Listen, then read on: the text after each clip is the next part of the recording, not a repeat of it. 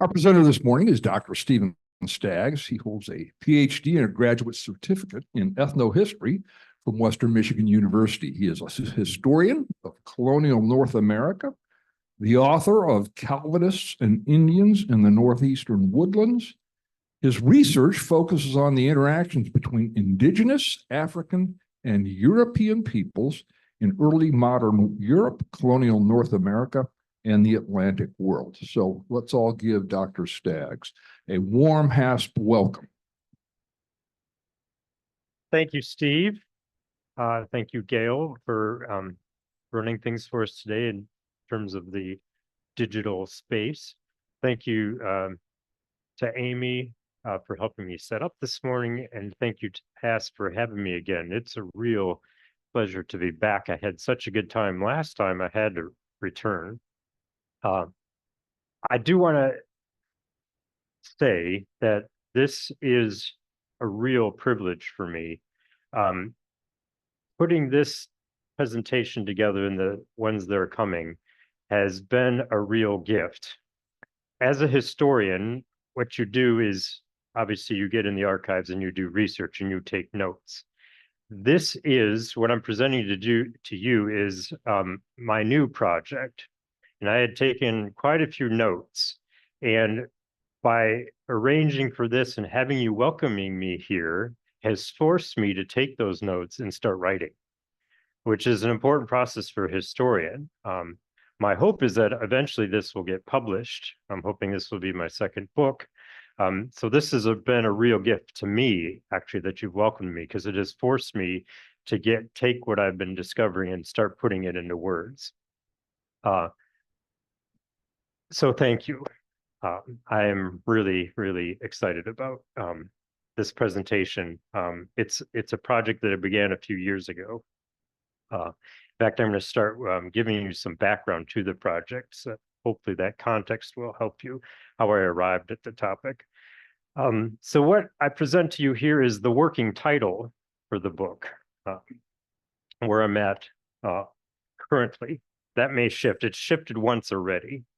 But currently, the working title of this project is God and Mammon, Race and Religion in the Early Modern Dutch Atlantic World.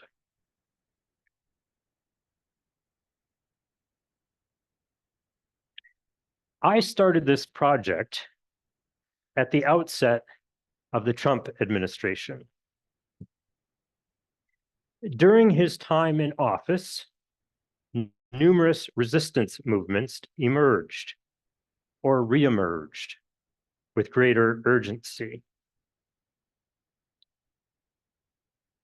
These included movements such as Black Lives Matter, gun control, the Me Too movement, and the Sunrise Movement.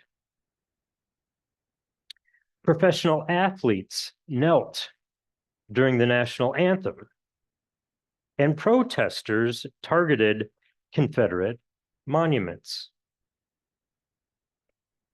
At the forefront of resistance stood and still stand high school and college students whose creativity and enthusiasm energize and sustain movements, highlighting the existential crises afflicting our society.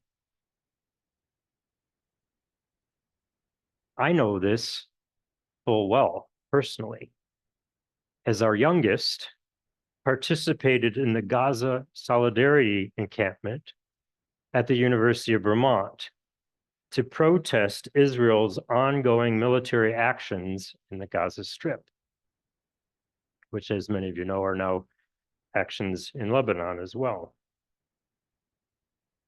Yet the crises of the present age in which we live arise from circumstances in the past. Therefore, as historian and pastor Jamar Tisby highlighted, at a talk in Chattanooga, Tennessee. Today's activists must pursue a deep knowledge of the history of the United States, especially as it relates to race, social, and environmental justice to effect positive change. Today's activists must pursue a deep knowledge of the history of the United States. Indeed, as this course will show, the study and practice of history itself is activism. That's what I believe I do in my work. You often, as a historian, get the question, well, what difference does the study of history make? I would argue it makes a profound difference. The study and practice of history itself is activism. My hope is you see that reflected in this presentation, that I am an activist up here, what I'm sharing with you. Now, I'm sorry, but I'm going to throw another wrench in here. Complicating matters is that history is silenced. History has been silenced. I'll explain what I mean by that. I still remember reading this book during my PhD program. It had a profound impact on me. In 1995, professor of anthropology and social sciences, speaking of social sciences, at the University of Chicago, Michel Rolfe-Triot, for those of you who speak French, forgive me, I don't speak French. That's my best French. Michel Rolfe-Triot published a history entitled Silencing the Past, Power and Production of History, a book that has profoundly shaped my own approach to history. If you're wondering, Michel Rolfe, she is pictured there. There's a picture of Michel Rolfe-Triot in front of their home in Port-au-Prince, Haiti in 1958. In Silencing the Past, Michel Rolfe-Triot identifies 4 silences that occur in the process of making history. 4 silences Triot identified in the book. First,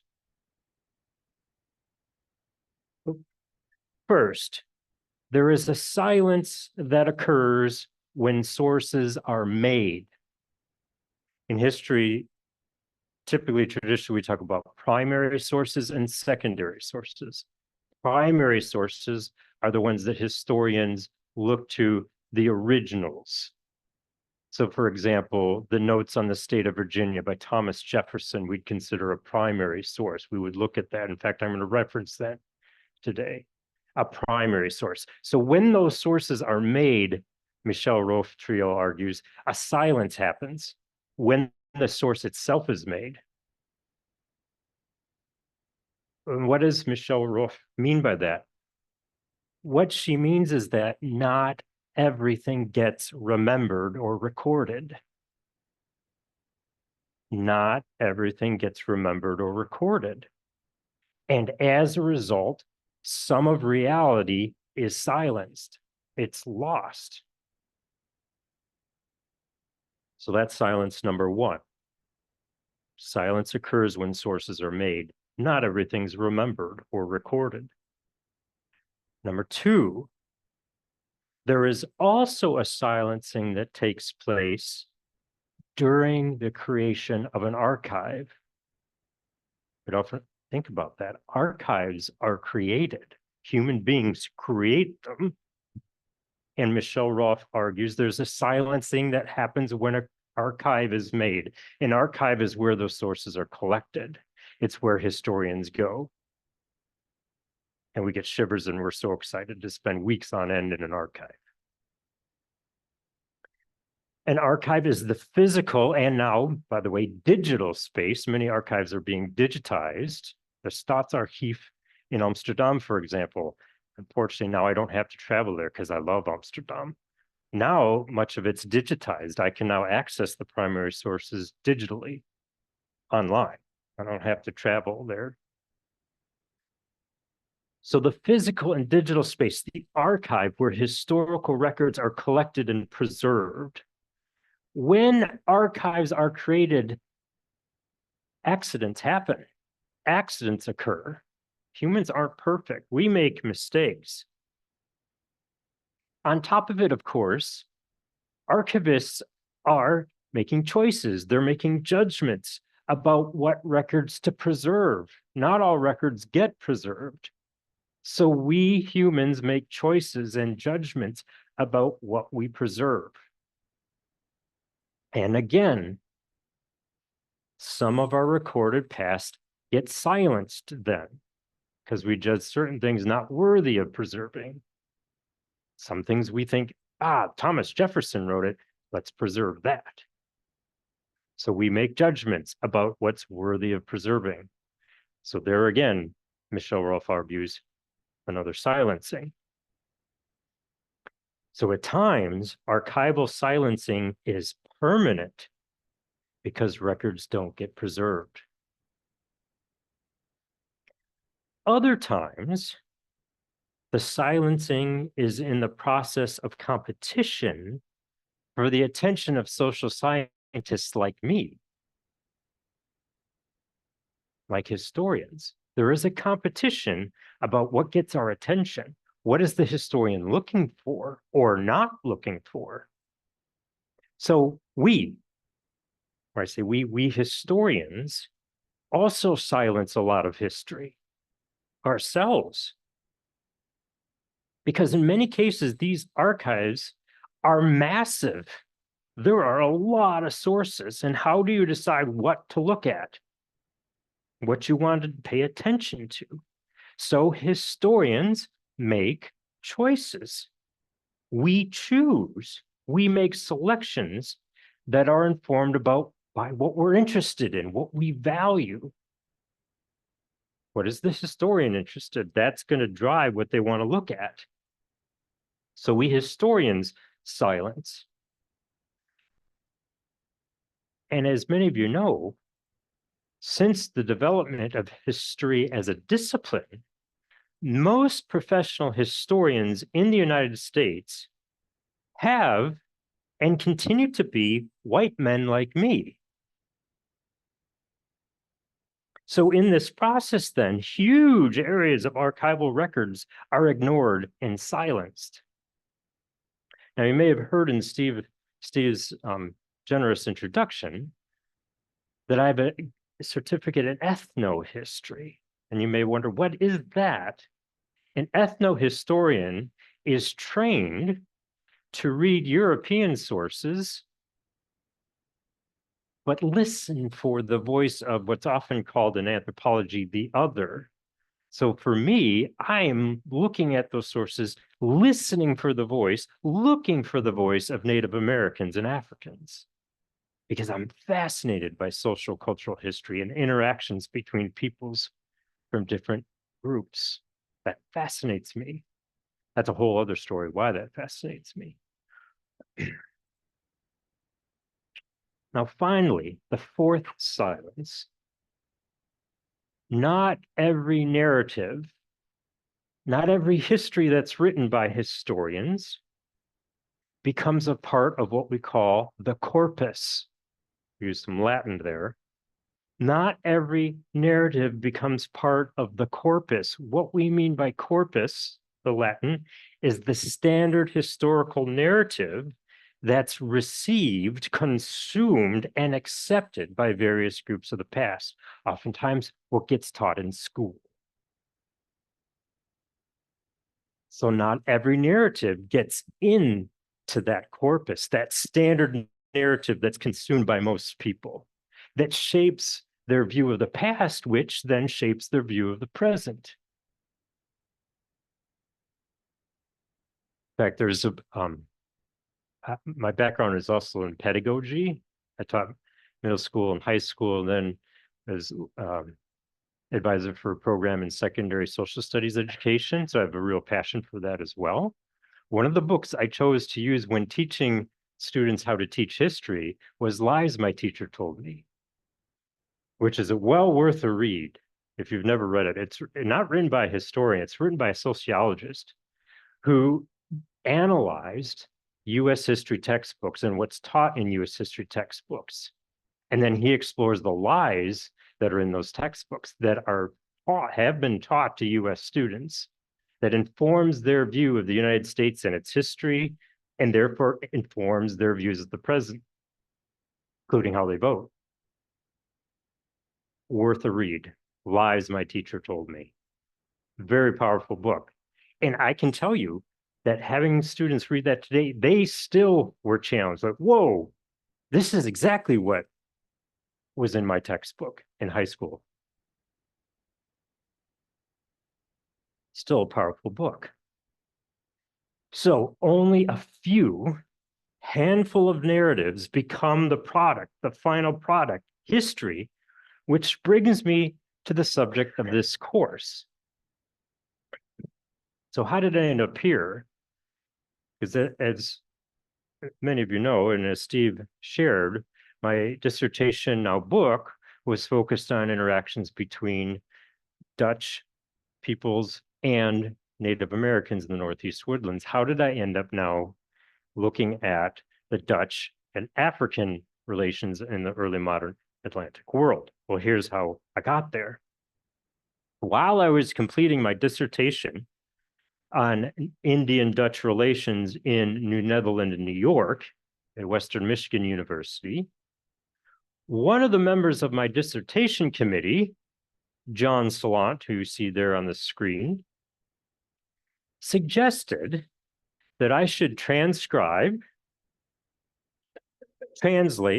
Transcribe is to like take the original and then transcribe it, right? Because it's handwritten, and then transcribe it, like type it out on my computer screen, transcribe it, translate it, because he said it's in Dutch and I can't read Dutch, and then interpret an 18th century, 1700s, handwritten letter that was written in Dutch by a Dutch Reformed dominee, a Dutch Reformed pastor.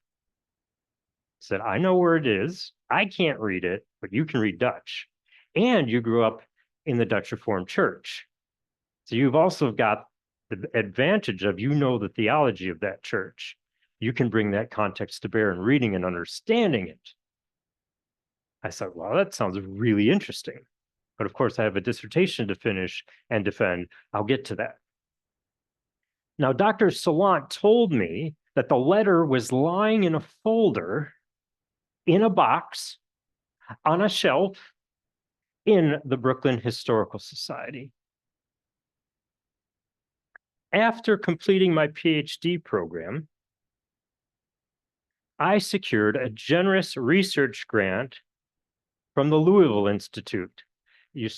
Perhaps you saw in the second slide, these are some of the funding that I've received to do this research. We historians, to do our work, we need funding to do it. Many of us historians don't have the funds to be able to do it ourselves. We need funding to help give us the funding to spend the time in archives. So the Louisville Institute, which has a Lilly Fund grant that they distribute annually for grants. They offered me a project grant research.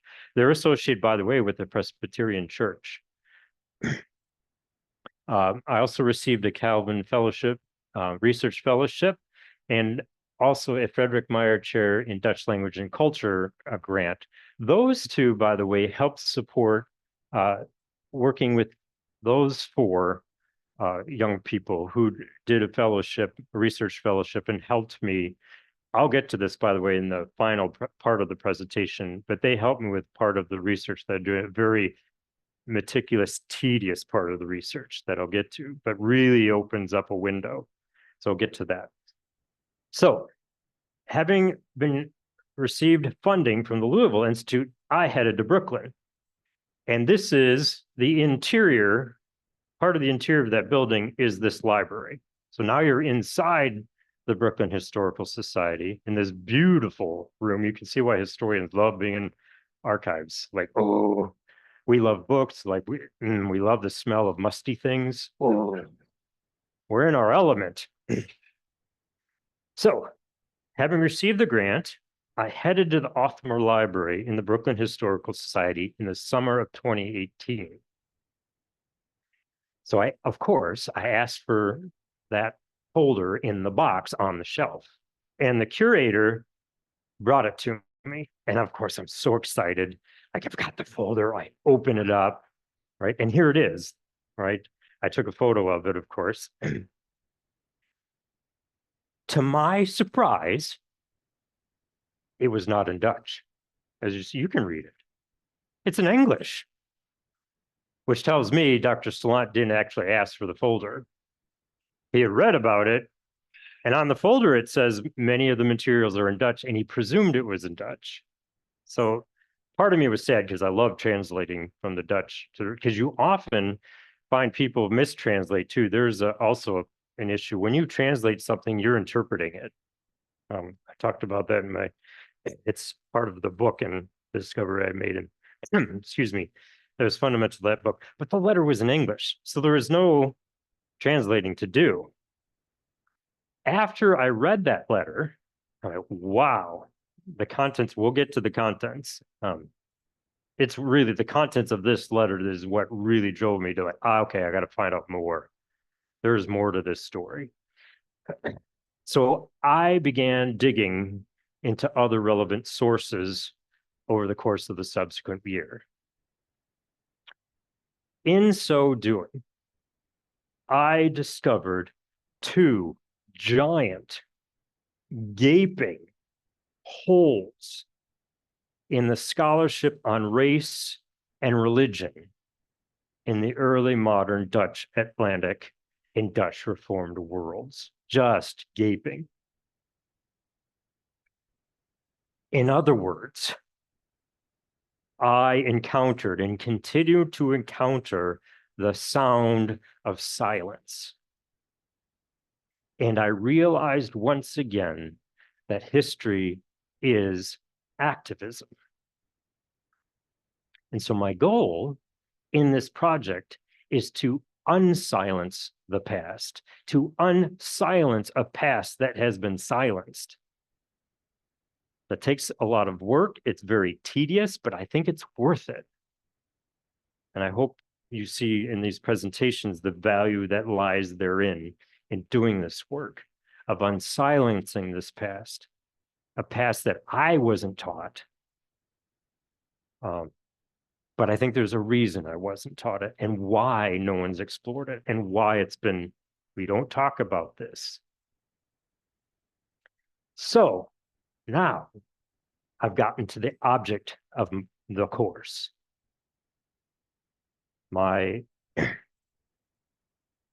supervisor of my dissertation, the co-chair, Dr. Brando, always drummed into us, whenever you read anything, look for the object of the book or the article or the essay. And what he meant by that is, what's the point? What's the topic? And what is the author, the writer, doing? And I teach that to my students to this day. When you read something, what's the object? Because you cannot find the thesis, the conclusion of an author, unless you know what the object was. Because the thesis is going to be a conclusion about that object.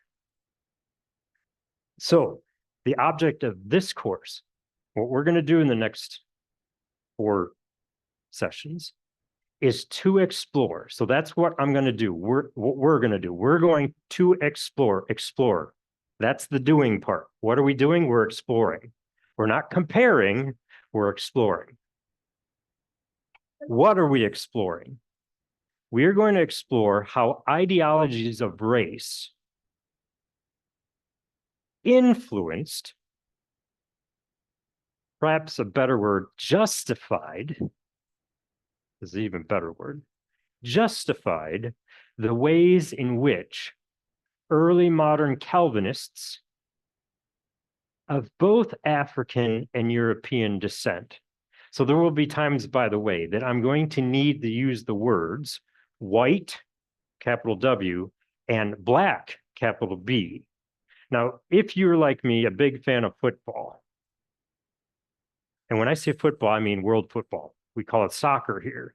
I always confuse my daughters because I call it football. They know now what dad means by football. I don't watch American football. I watch world football. And I have Dutch ancestry now. Stags, you won't hear it in that. Stags is English. But as you'll see in this presentation, the English and the Dutch intermarry. So my dad, an Englishman, married a Dutch woman. Her maiden name was Boer. I don't know how much more Dutch you can get. Farmer. You could probably guess what province my ancestors are from then, where the farmers live. They live in Groningen. Groningen. It's a northern province. Their color of their province is green. The earth, farmers. Stampot. Right? Potatoes, mash them up with all kinds of vegetables. Groningen. The Boers, the farmers. That's my mom's maiden name. Why am I talking about this? Oh, yeah. No, how did I get there now? Yes, okay. Yeah, football. That's where I was going. Football. So I'm also a big fan. I have 2 jerseys of the Dutch national team, the bright orange. I have a Dutch flag. I have Dutch wooden shoes, right? If you ask my daughters where did they spend their summers when it was World Cup, they would go to school. I spent the summer in a pub with my dad watching the Dutch compete. And if you watch the Dutch national team, you know where I'm going with this. Many of those teams are Black Dutch because their roots, their family, their ancestry, right? Many of their ancestry is from the Dutch Caribbean. So you will see in the presentation, there will be times I will refer to the white Dutch and Black Dutch, right? Here, early modern Calvinists of both African and European descent. So we're going to explore how ideologies of race justified the ways in which early modern Calvinists of both African and European descent interpreted their Bibles, organized institutions, and participated in the broader societies of the Dutch Atlantic world. That's the object of our course.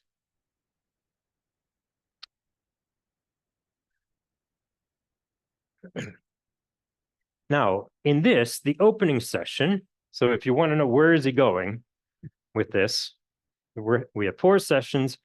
If it's easier for you to think about, and this is how I'm thinking about the book, and I have to give credit where it's due. Last year, I finished reading, I highly recommend Ibram X. Kendi's book, Stamped from the Beginning. It's a really important book. I'm going to reference it in just a little bit. But he organizes that book around 4 main individuals, and I like that idea. And right now I'm thinking for the book to do the same thing. So you're going to see in each of these sessions, at the center of each is going to be a person. My previous book, I centered it around a Dutch dominee. So I tend to like that.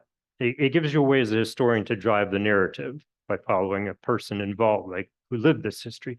So in this one, in the first session, we're going to analyze the ways in which a Calvinist merchant in the service of the Dutch West India Company shifted the concept of race from one based on religious ideas, religious criteria, to one defined by biological criteria, the color of skin. That's a different way of thinking about race, is it not?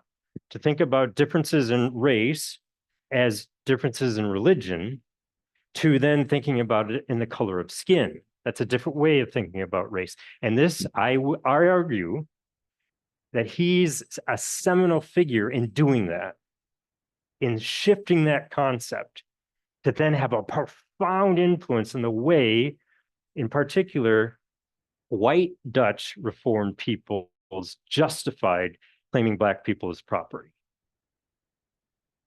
They're going to use that argument to justify claiming Black people's property. All right, so that's this session.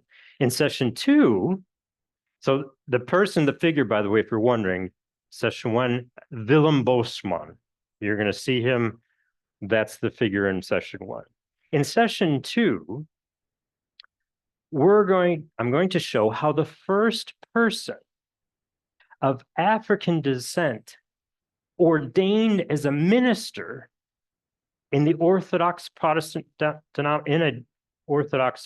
denomination challenged the enslavement of Africans in 1742.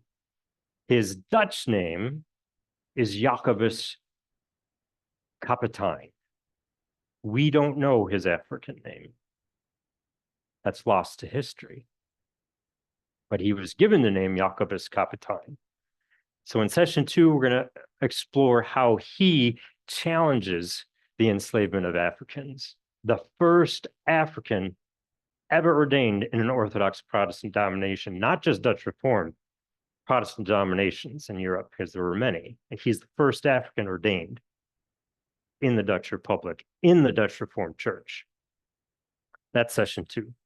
In session 3, I'm going to trace the network of ordained and lay members of the Dutch Reformed Church, which, by the way, becomes the Reformed Church of America, who not only weighed in on the slavery controversy, because it was controversial,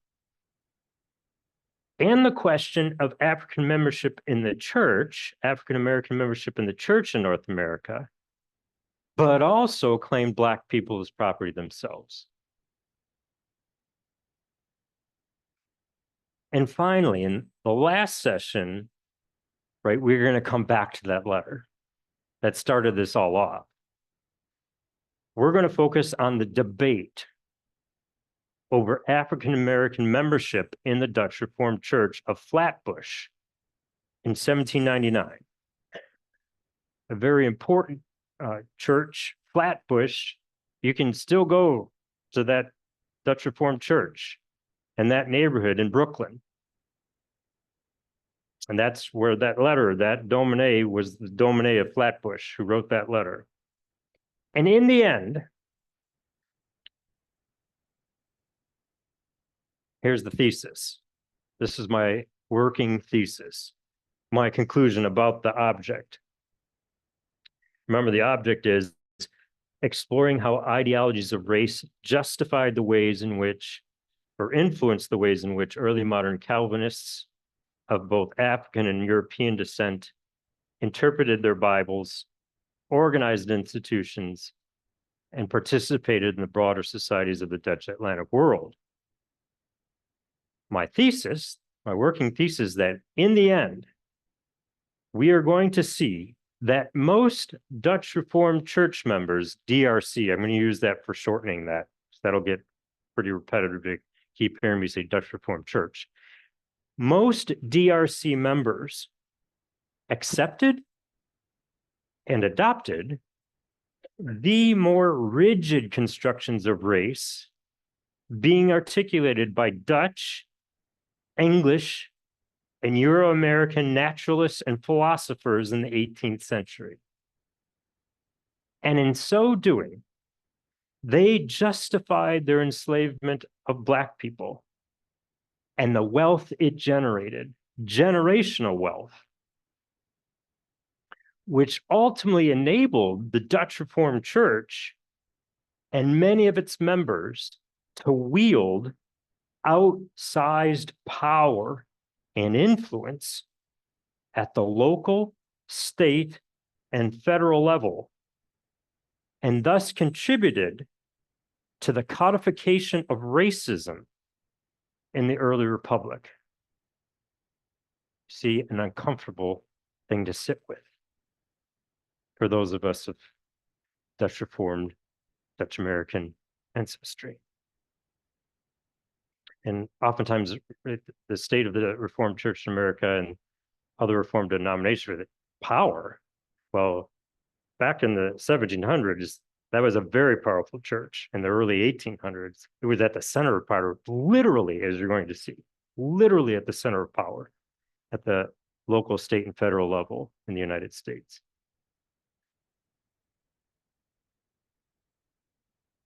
At the outset, though, I think it's important, by the way, for historians to define things. Oftentimes, historians will use this jargon. And then what do you mean by that? It's important, I think, to define what we mean. So I realize my title throws out quite a bit of historical jargon. So I want to define it. I think it'll be helpful to explain what I mean by the early modern Dutch Atlantic world. So first, what do I mean by early modern?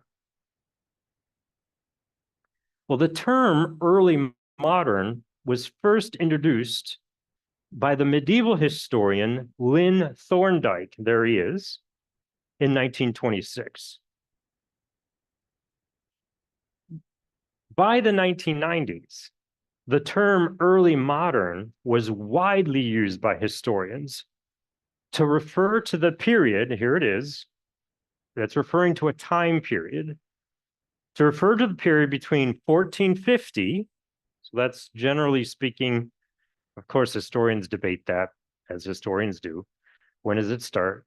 Now, that is an important debate, by the way, because when you periodize something, you're also interpreting.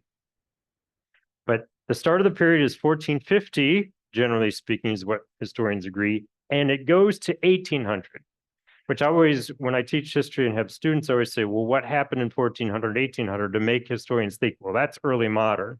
It's not yet modern, but we're getting there.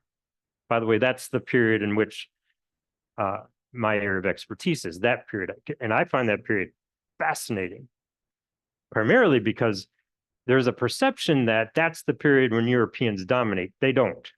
Europeans don't dominate that period. We think they do, but globally, if you look globally, it's not till the modern period where Europeans are now, those colonies that they're starting to establish now are moving in the interior, right? And now starting to really wield outsized power.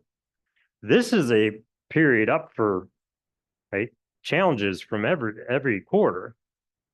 So I find it a fascinating period. So that's early modern. Now, there's been a lot written recently about whether or not that's a term that's useful moving forward. And is that term very Eurocentric? The answer is yes, it is very Eurocentric term. Now, as for the Atlantic world, that is an analytic concept. So it's a concept historians use to analyze something, right? Historians need time. Because you got to figure out what time period. You can't do all time. You got to figure out a piece of time, and then you need place. So this is a recent place that historians are thinking about, the Atlantic world. It's a concept of analysis developed by historians in the late 1980s. So this is relatively recent, if that's a new term for you. It's an idea that helps historians organize the changes taking place in the societies of Europe. Now look at the map, Europe, Africa, and the Americas, the Atlantic world. So in other words, there's a lot of change happening in that period. Right? Let's look at everyone who is contributing and participating in the change, not just the Europeans. Africans are participating and influencing. Native Americans are participating and influencing. So it's an Atlantic world in which all are participating, right? Not just Europeans. Now, historians argue that the changes that take place in that period, the really seismic changes, are initially prompted by 15th century maritime expeditions by Catholic kings in Portugal and Spain. Catholic kings in Portugal and Spain dispatched maritime expeditions down the West African coast, Portugal first. And Portugal rounds the Cape of Good Hope and enters the Indian Ocean. Then the Spanish, right, are shortly behind. There are rivals. We got to get out there, right? And the Spanish end up in the Americas. And now right? Historians are, we have a new period. Change is afoot. This is going to change things. Now, other ships are soon dispatched from other European ports outside Portugal and Spain, including the Dutch Republic. And here come the Dutch. Right? The Dutch want in on it. And the Dutch are seafarers. Those of you with Frisian ancestry wave those Frisian flags, right? We are seafarers on the North Sea. This is what we do. We know how to build ships. We know how to sail. Let's get in. So to compete with Portugal and Spain, the delegates representing the 7 provinces of the Dutch Republic chartered 2 joint stock trading companies. I call them megacorporations. 2 joint stock trading companies. The East India Company, which from its Dutch gets shortened to VOC, Verenigde Oost-Indische Compagnie, VOC, the East India Company, and they were founded, by the way, in 1602. So they head out to challenge. They're sending their ships out. And then in 1621, a second company is founded, the West India Company, shortened from the Dutch to WIC. You're going to hear that a lot, by the way. I shortened that one a lot. The Geoctrooiere West-Indische Compagnie. By the way, you see the G gets dropped out by English historians. Now, the delegates of the 7 provinces of the Dutch Republic granted both of those companies a monopoly. They got a monopoly granted from the government of the Dutch Republic, a monopoly on commerce, on conquest, so they could conquer things. They got a monopoly on privateering. Some call it pirating. You can pirate out there, and you can trade. They had a monopoly on trade in their respective spheres of influence. Now, the VOC, their sphere of influence eventually was the Indian Ocean, the East Indies, as it's often called. The West India Company, the West, they got their sphere of influence in the Atlantic world, the Atlantic Ocean. That's their sphere of influence. Any lands touching the Atlantic, they get a monopoly there. The VOC's monopoly is out in the East Indies. So think modern day India, the countries of Southeast Asia, Indonesia, long time Dutch colony. It's where the Dutch made a lot of money in Indonesia on the trade in teas and soaps and spices and coffee, by the way. Hope your coffee, possibly. Now, the VOC's monopoly extended to the Indian and Pacific Ocean, as you can see on this map, while the West India Company's monopoly applied to the Atlantic Ocean. Now, complicating matters, again, is that the Dutch Republic is in the midst of a war with Spain, are they not? They're fighting for independence from Spain.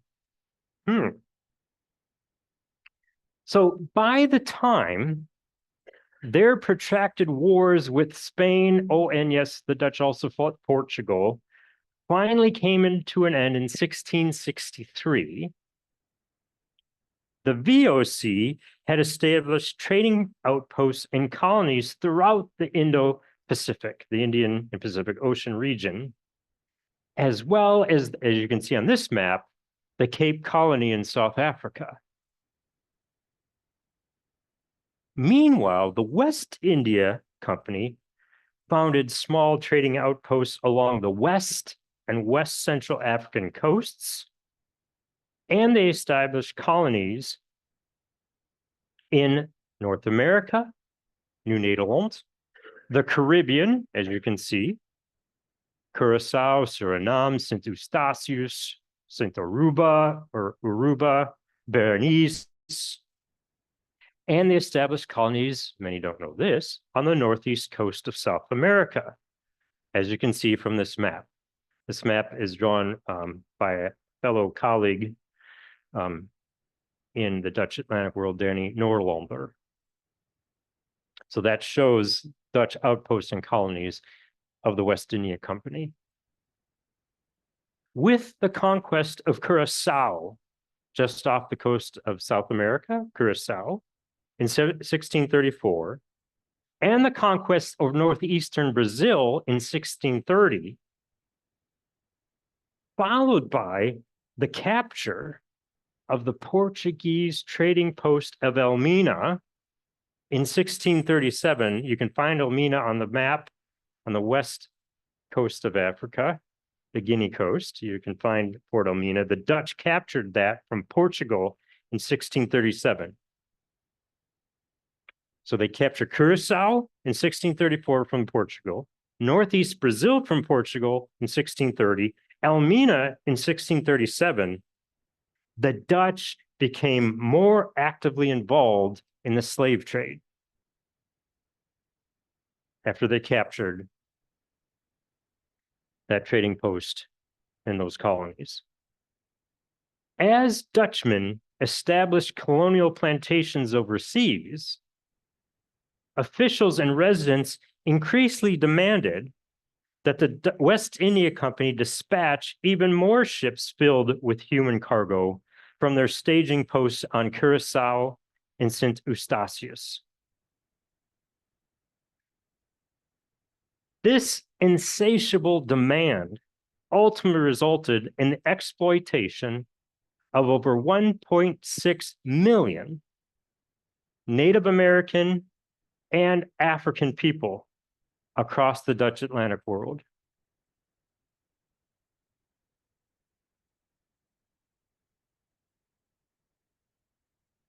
As you can see from the lavish wedding portraits of Maarten Solomons in Opium Kopet, the enslavement of people also produced an embarrassment of riches. Part of the beauty of Amsterdam I appreciate. Now I look with that lens. Those riches were built on the enslavement of people. Maarten Solomons and Opium Kopet owned the largest sugar refinery in Amsterdam, importing raw sugarcane from slave plantations, Dutch slave plantations, white Dutch slave plantations in Brazil,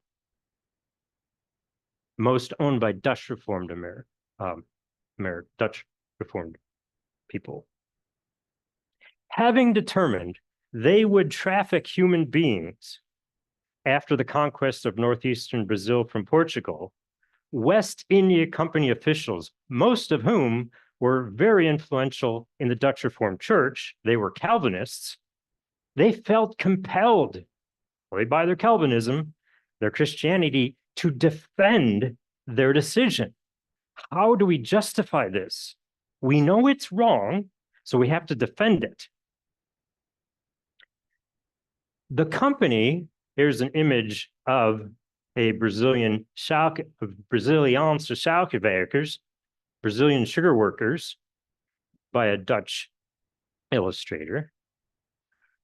The West India Company officials justified their new slave policies by claiming Dutch colonists could not tolerate the hard work required on plantations and sugar mills.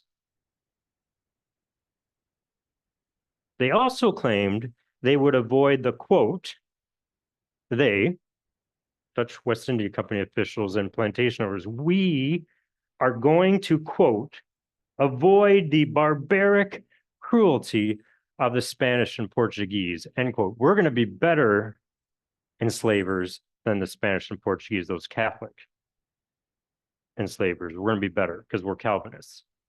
We're going to be more humane than those Catholics.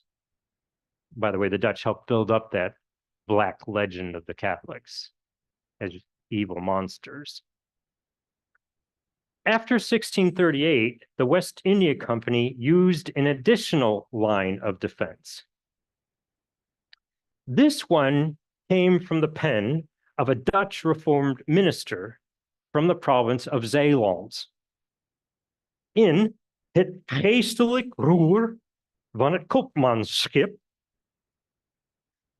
that's on the right, I'll translate, the spiritual rudder of the merchant ship, Reverend Godefriedus Oudemans confessed that slavery was unnatural and sinful. So again, oftentimes, and I've heard others say this, well, they didn't know it was wrong. Oudemans, a Calvinist, it's wrong. It's not natural. It's a sin. Slavery is a sin, and it's not natural. So he confessed that. Still, there's a but here, though, right? Because I said the West India Company officials now have a new line of defense out of this work. Still, he reminded his readers, God allowed the enslavement of his own children by the Egyptians. Remember that? God allowed that. His own children were enslaved. Oudemans continued, through their enslavement, God punished his children for their wickedness and taught them humility and patience and faithfulness. And so, you see where he's going, Dutch merchants and planters, therefore, could buy, sell, and claim humans as property, as long as they were captured in a righteous war.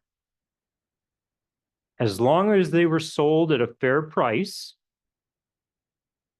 as long as they were placed in a Christian Reformed setting, as long as they were treated well, and if converted, hopefully putting them in a Reformed Christian setting is going to convert them, and once converted, as long as they're freed after an intermediate period of service following their conversion. Notice he leaves it open-ended. Intermediate period, well, who defines that? Colonial Dutch Reformed clergy followed Oudemans' lead. Dutch Reformed clergy claimed that missionary work and conversion justified the use of Black bodies in their service. Missionary work and conversion justified the use of Black bodies in their service. The West India Company provided colonial clergy with a servant. After 1630, many of the servants attending to the needs of Dutch Reformed ministers were enslaved Africans. Dutch Reformed clergy also bought people, slaves. Between 1636 and 1645, Dutch Reformed clergy acquired or bought 73 enslaved people. These are pastors. Although most of the people the clergy claimed as property performed domestic work, so they helped take care of the home for the pastor and his wife if he had a wife, some built churches and likely tended to the livestock of the Dutch Reformed clergy. The Dutch Reformed Church also employed slaves in West India Company hospitals, which were managed and funded by the deacons in the Dutch Reformed Church. Clearly, the West India Company and the Dutch Reformed Church were closely intertwined organizations that came to rely on the institution of slavery. Governor Petrus Stuyvesant and Reverend Johannes Pasliers exemplified this reliance on the institution of slavery. Stuyvesant, you may remember, was an ardent Calvinist, just like his father Balthazar, a Dutch Reformed pastor in the province of Friesland. Balthazar was, Petrus is the son.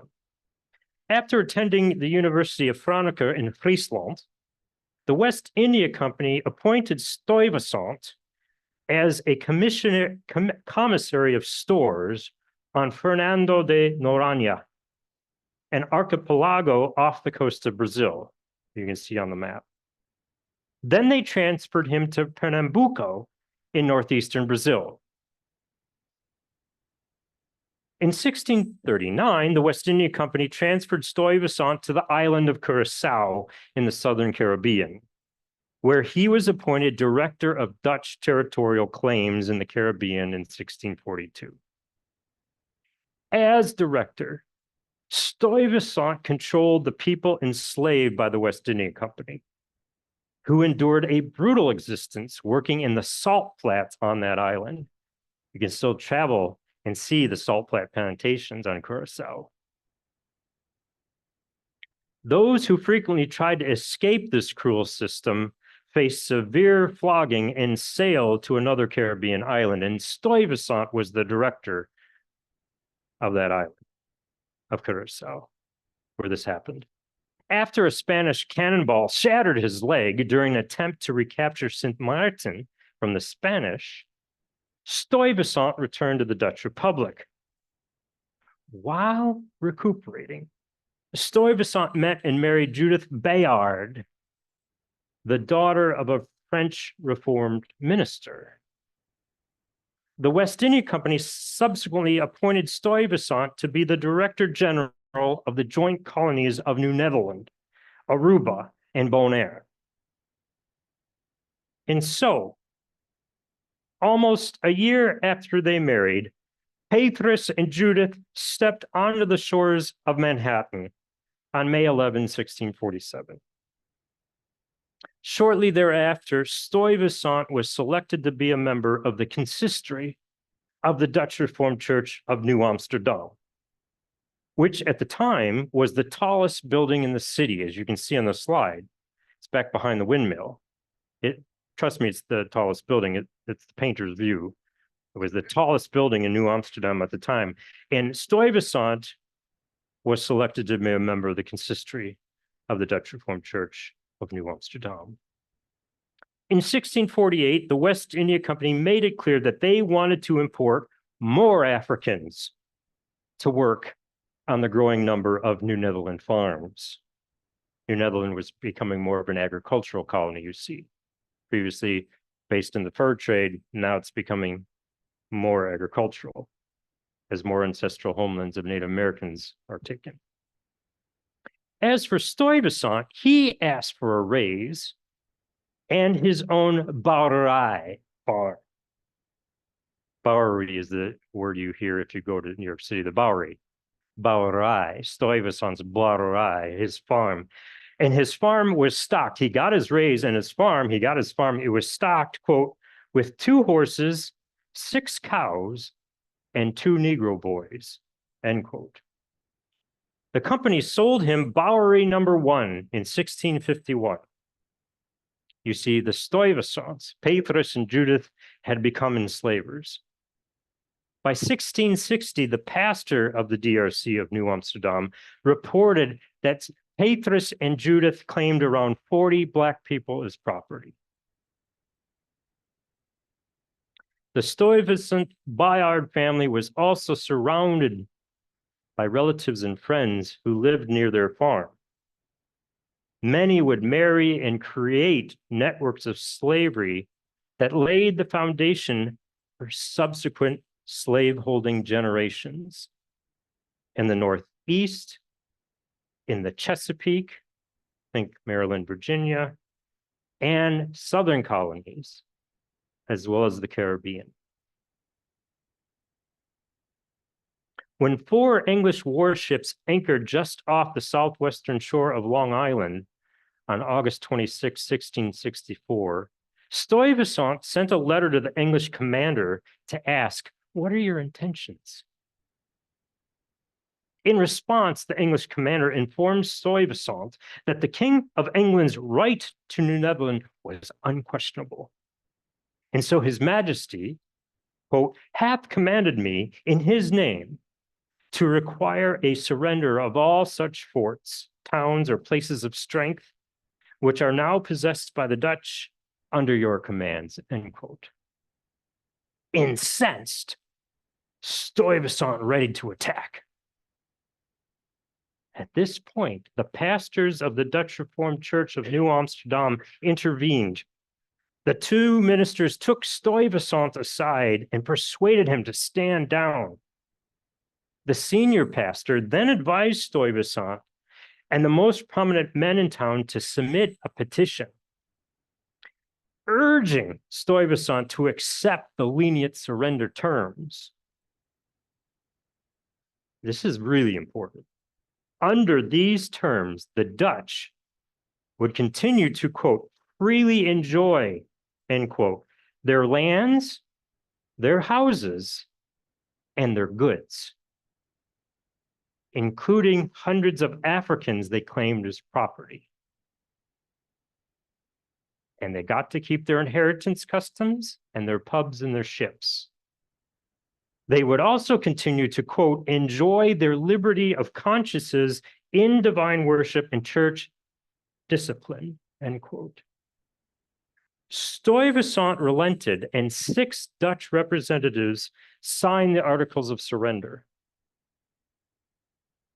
However, after a series of English attacks on Dutch ships in the English Channel and off the coast of southwestern Spain, the Dutch did declare war. By the way, there's Stuyvesant and the Articles of Surrender that I was mentioning.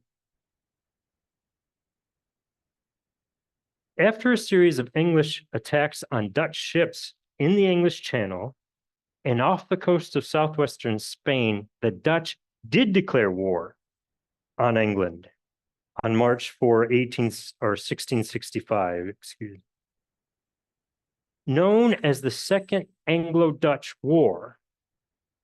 It was a part of a series of naval wars between the Dutch Republic and England. The naval wars that took place in the second half of the 1600s were sparked in no small part by the founding of the Royal African Company, the RAC. Created by the English crown, the RAC challenged Dutch ascendance in the Atlantic slave trade. The Dutch are going to war to preserve their ascendance in the slave trade with England. England's now competing. They're now in. They now have a Royal African Company coming to West Africa. When the Dutch attack on the English warships anchored in Chatham Dockyard on the River Medway in the southeast corner of England brought the war to an end, this is a painting of that battle, the Dutch attack. The English kept New Netherland, while the Dutch retained their valuable sugar plantations in Suriname. And it is here, oops, sorry, there's the painting of the battle at Chatham. That's a painting of one of the battles. That's the Dutch attack on Chatham. And it's here in Suriname. So at the end of the Second Anglo-Dutch War, the English keep New Netherland, the Dutch retain their valuable sugar plantations of Suriname. And it's here in Suriname that we find our other exemplar of Dutch Reformed dependence on slavery. The Reverend Johannes Baseliers. So if you can look, find South America and go north, the northern coast, you can find Suriname. That's a Dutch colony. The Dutch had sugar plantations in that colony. And it is there that we find our other exemplar of Dutch Reformed dependence on slavery, Reverend Johannes Baseliers. Baseliers was the first Dutch Reformed minister in Suriname, which, as you can see from this slide, was mapped before 1718 by the Dutch cartographer Joachim Ottens. Maps like Ottens, maps like this, helped the Dutch assert their control over the land. Remember, these were lands of Native Americans, of indigenous peoples, and maps like this helped them assert their control, their power over the land. In fact, we look a little closer on the left there, you can see in this close-up view of the map, Ottens added the numerous large-scale estates. And can you find it? Including the plantation owned by Heer Baseliers, Reverend Baseliers. Do you see it? Heer Baseliers. I underlined it for you. Down in the right corner. That's his estate. Reverend Baseliers, you see, was not just a Dutch Reformed pastor. He was a sugar planter too. He owned a plantation. And he claimed many people as property, many Native Americans and Black people as property, who worked his plantation cutting sugarcane in the fields. Like the Stuyvesant Bayard families, Baseliers, quote, and by the way, on the right there is a painting of a Dutch planter in Suriname with one of his enslaved servants in the background. Like the Stuyvesant Bayard families, Baseliers, quote, shared in the widespread commitment to slavery and the subjection of peoples his predecessors had pledged to save, both physically and spiritually, end quote. Remember, Oudemans and other Dutch Reformed clergy claimed that's what justifies us enslaving Black people is we're going to convert them. Baseliers shared in that widespread commitment to slavery and the subjection of peoples his predecessors had pledged to save, both physically and spiritually, end quote. To control an enslaved a population that outnumbered whites about 20 to 1 by 1738. We're talking about Suriname now, the Dutch colony of Suriname. To control an enslaved population that outnumbered whites around 20 to 1 by 1738, Suriname planters relied on cruel and unusual punishments. Indeed, contemporaries, people at the time, considered Suriname planters to be some of the cruelest enslavers in the Americas. This engraving on the left of Josje, notice he was given a Dutch name, Josje, Joseph, hung alive. He's not dead. He's being hung alive on a gallows. That image became a notorious symbol of their brutality, the Suriname planters, and a form of punishment that was used until the second half of the 18th century.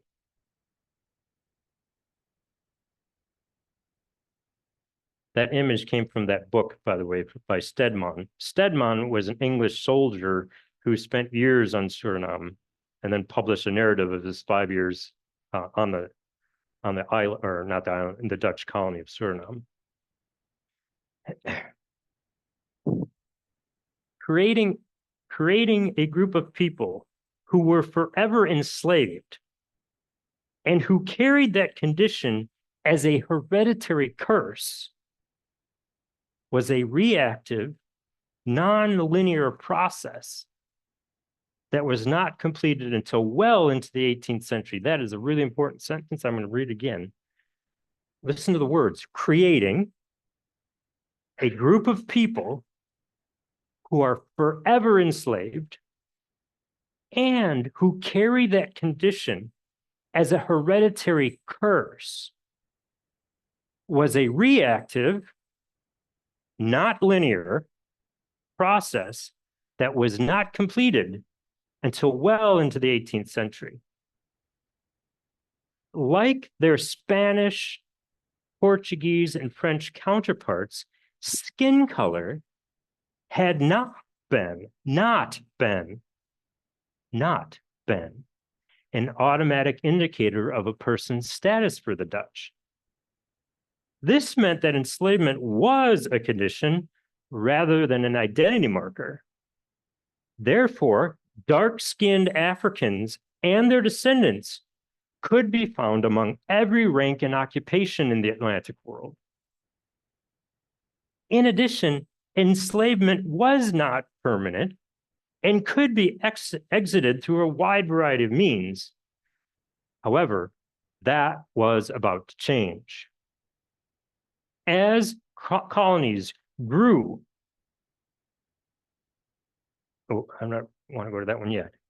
As colonies grew in both population and wealth, the chattel model, that's very important, the chattel model of slavery became the predominant form in the Americas. That's a different model. There are different models of slavery. The chattel model was about to become the predominant form of slavery in the Americas. In the chattel model system, a human claims ownership of another human as property under the law. In the chattel model system, a human claims ownership of another human as property under the law. That meant that enslaved humans had no rights and could be bought and sold like cattle, which is where the word chattel comes from. They could be bought and sold like cattle. They had no rights. As that violent, dehumanizing institution took root, the agents of the transatlantic slave trade wrote letters to justify it. In so doing, Europeans and Euro-Americans shifted the concept of race from one based on religious criteria to one defined by biological criteria. And one of the most influential contributors to this change was a devout Calvinist named Willem Bosman. And I see my time's up. Didn't even get to Bosman. I'll have to do some editing, obviously, for our next time. But we'll continue on with Bosman next week. But rather than get into Bosman, I thought that's a good place to stop.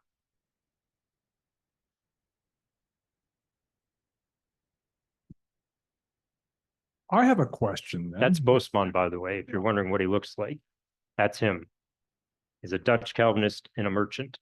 And he is going to write a travelogue that's going to shift that concept of race from one based on religion to one based on skin color. Could you elaborate on that a little bit more? Because I'm curious what the criteria were for a religious justification or let's say a religious description, perhaps, of slavery. Yeah. So you see that in the Portuguese, among the Spanish, then among the Dutch, and among the French. The English come later. When you read those sources like I have, what you notice is that they're commenting on and justifying the enslavement based on religious difference rather than skin color. So even reading that from Oudemans is primarily basing this difference on religion, right? We want to put them in a Reformed Dutch setting. That's the main difference. They're not Christian. We can start there. They're not Christian. They are not Christian. Therefore, for the Spanish and Portuguese, of course, and the French, they're not Catholic. If we want to go down another layer, they're not Catholic. Therefore, we can justify our enslavement because we're going to introduce them to the one true faith, Catholicism. And so you see that, again, if you want to really dig deep into this, Ibram X. Kendi writes an entire book, stamped from the beginning, and he explores the history of racist ideas. and you can read it for yourself because he quotes a lot of these letters in there. So that is the primary difference of the way initially Europeans are justifying entering into and enslaving Africans. What you're going to see in Bosman, and you see it right from the start, I'll quote him, I'll show the sources, and is he is going to say the big difference isn't religion. Yeah, there's some religious difference, but he starts off with the big difference is the color of skin. And then he's going to start, now I'm getting into the next presentation, then he's going to start associating all these things with the skin color. And you're going to see, and that's part of my argument. I'm hesitant to get, no, I'm going to save it. Because I almost fell in my chair when I discovered who he influenced one summer. I was upstairs and I could not believe what I was seeing in my, what? That's for next week. So Bosman, I see this figure who is at that, right? I said, it's not a linear process. So it's not like you can draw an immediate dark line or straight line, but it is a reactive long process. But Bosman is a critical figure. And I'll get into why I see him as such a critical, important figure, why his travelogue, I think, is written at such a crucial time. That's why I took the time to set that context, because he's about to write this now. As all this is happening, he is now about to write this travelogue, which is, historians have argued, is the most popular travelogue ever written in history. And I'll get into the details of how we know it was that popular. And then again, I'll get into what I discovered is who he's influencing.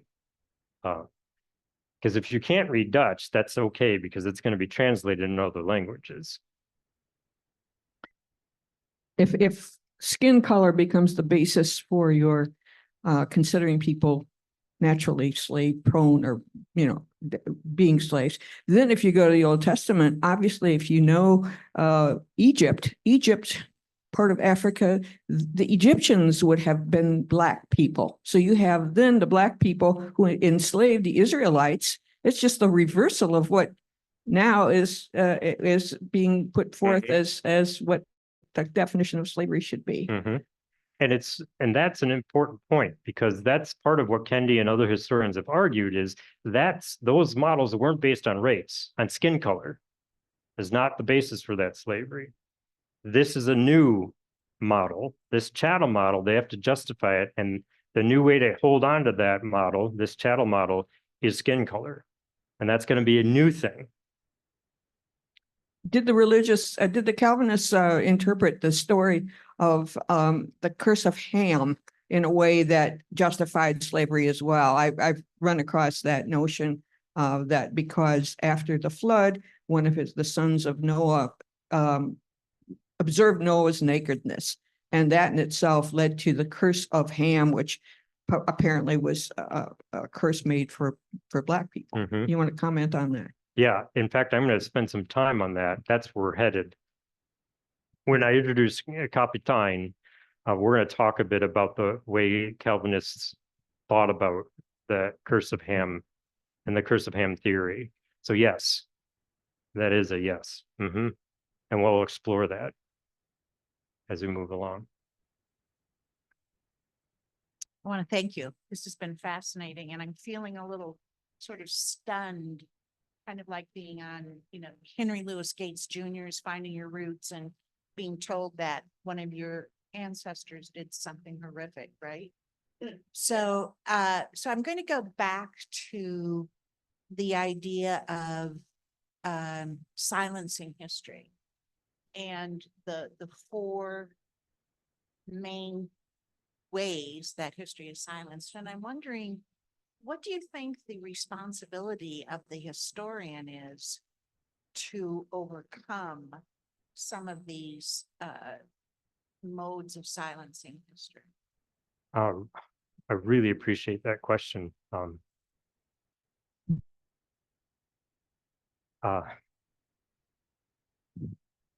Yeah, I really appreciate that question. because uh, as a Christian myself, having been raised in the Reformed tradition, I as a historian, I really feel that responsibility to do that. I again, because of my Christian beliefs, I don't feel it was an accident that I ended up working with an ethnohistorian and trained as an ethnohistorian. For a long time, in my grandpa, my dad's side, started our family history, so I'd always had an interest in history. But the fact that I ended up working with Dr. Brando, who's an ethnohistorian and trained, and then being introduced by Dr. Salant to that book by Trio, again, because I'm a Christian, I don't think those are accidents. And so I do feel that I personally, many of the historians I know feel that responsibility too. I'm going to reference a good friend of mine who I met when I was in the Netherlands doing research, who is also a Fulbright scholar. She just published her first book, and she explores the Battle of Cape Lopez and the birth of an institution. I'm going to reference that as I go forward, that book. So yes, the short answer is I definitely feel that responsibility. I will also tell you it's dangerous to do that as a historian. In doing that, in a previous job, my job was terminated because a student didn't like what I was saying and complained to the dean. The dean then told the chair of the history department, I want Steve to apologize. I'm not going to share that. So it's dangerous. It is a dangerous thing to do this uncovering, because it's uncomfortable. But again, my Christian faith tells me, but that's what you need to do. You shouldn't just ignore, in that if we're going to get to reconciliation and justice, you have to uncover that past if you're going to get there, right? The hurt is the hurt is still there. I know that hurt's still there because of friends and acquaintances I've spoken with who are African American. That hurt. And it starts to answer for me in the Reformed churches I grew up in, why were there very few African Americans in my schools, in my churches? This helped me uncover why, right? As you're about to see what happens with that debate, you could probably figure out where that debate landed on membership and the hurt that was caused. So yes, is the short answer. I feel a very real responsibility to do that as a historian. But I also recognize that it's a dangerous thing to do because, like myself and others, right, that student who complained was like many students, like he just happened to decide he was going to complain to the dean and not talk to me, that he was raised, as I was, with this idea of American exceptionalism, that the United States is an exceptional country, right? He was, right, he was in classrooms where he was taught those lies about US history and the stories that aren't unsilenced. That's starting to happen, but that's a very slow process when it happens in schools. And as many of you know, there's a lot of challenge to it right now. The American Historical Association, which I'm a part of, is constantly right now writing letters to different school boards in different states saying, the legislation you're passing in your state is going to silence the past. It is going to make it impossible for teachers like me to teach that history. I couldn't there are certain schools I couldn't teach this in, right? I get fired. I'd lose my job. So it is a very serious moment in our nation's history in terms of what history gets taught in our classrooms. I had a general question more about history than the slavery issue. And that is with the silencing of you spoke of, and the general concept that history tends to repeat itself. Do you think the unsilencing, taking out, will help prevent history from repeating itself? Well, a couple of thoughts on that, because that oftentimes when teach history classes, and I especially remember when I taught middle and high school, many students would come in with the presumption, well, this history classes don't really matter. It's the past. It has nothing to do with the present. And so I'd often ask them initially, what are your thoughts about history? And they'd share. And many students would say, repeat that notion that history repeats itself. I would often think about that when in a couple of ways, in that the large movements in history, we could perhaps think repeat themselves, but they don't repeat the same way. There's often different factors at play, and once you get into it. For me, and again, this goes back to my Christian faith, for me, my hope is, I think more about the potential if we do unsilence these histories. And again, like I said, it's activism. Perhaps you can see why history is activism when you do this kind of history. It is activism, because you are challenging notions that people have of the past. And for me, of course, it's very personal because I was raised in a Dutch Reformed community. I have Dutch ancestry. And my hope is that by learning it, that raising awareness can help hopefully start a process of healing and reconciliation and perhaps justice. Perhaps it might cause us, rather than to knee-jerk reaction to the idea of reparations, say, I want to think about that a little. Maybe there's something to think about when there's talk of reparations. Maybe there's something to that, and that's not such an outlandish idea. Perhaps learning histories like that might make us rethink things like that and conversations like that. Rather than an experience I've had where I've had family members, when I'm engaged in a conversation out of what I've learned with someone who's asking me questions, and having a family member stop the conversation and yell, just admit it, Steve, you're a liberal. A family member. Right. And what is that family member saying to me? They're trying to silence me in a graduation party filled with many Trump voters, right? Is trying to silence me. Stop talking. In fact, challenging with things like the standard, they didn't know it was wrong.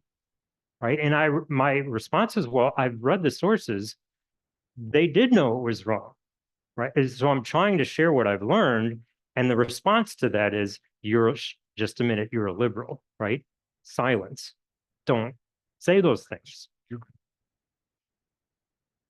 We've got time for one more question. Okay, just two things. That letter by Peter Lowe, we'd like to hear more about it, especially it's anonymous. He didn't want to put his name on it. Yep. And it was unsent. He didn't have the guts to send it. He So did send it. what's behind that would be interesting Yep. to know, of course. Yeah. And then the other thing is that when people use the word Calvinist or the Dutch Reformed Church, it makes me nervous because people out there in academia and other groups do not understand how mixed and complex the Calvinist and Reformed Church is to this very present day. I mean, I know someone my age who grew up in the northwest corner of Iowa, and he was taught in a Reformed Church Sunday school that Black people were born to be under white people. Just absolutely blatant white supremacy taught in the Sunday school by somebody who probably the minister didn't even know what the Sunday school teachers were saying in that case.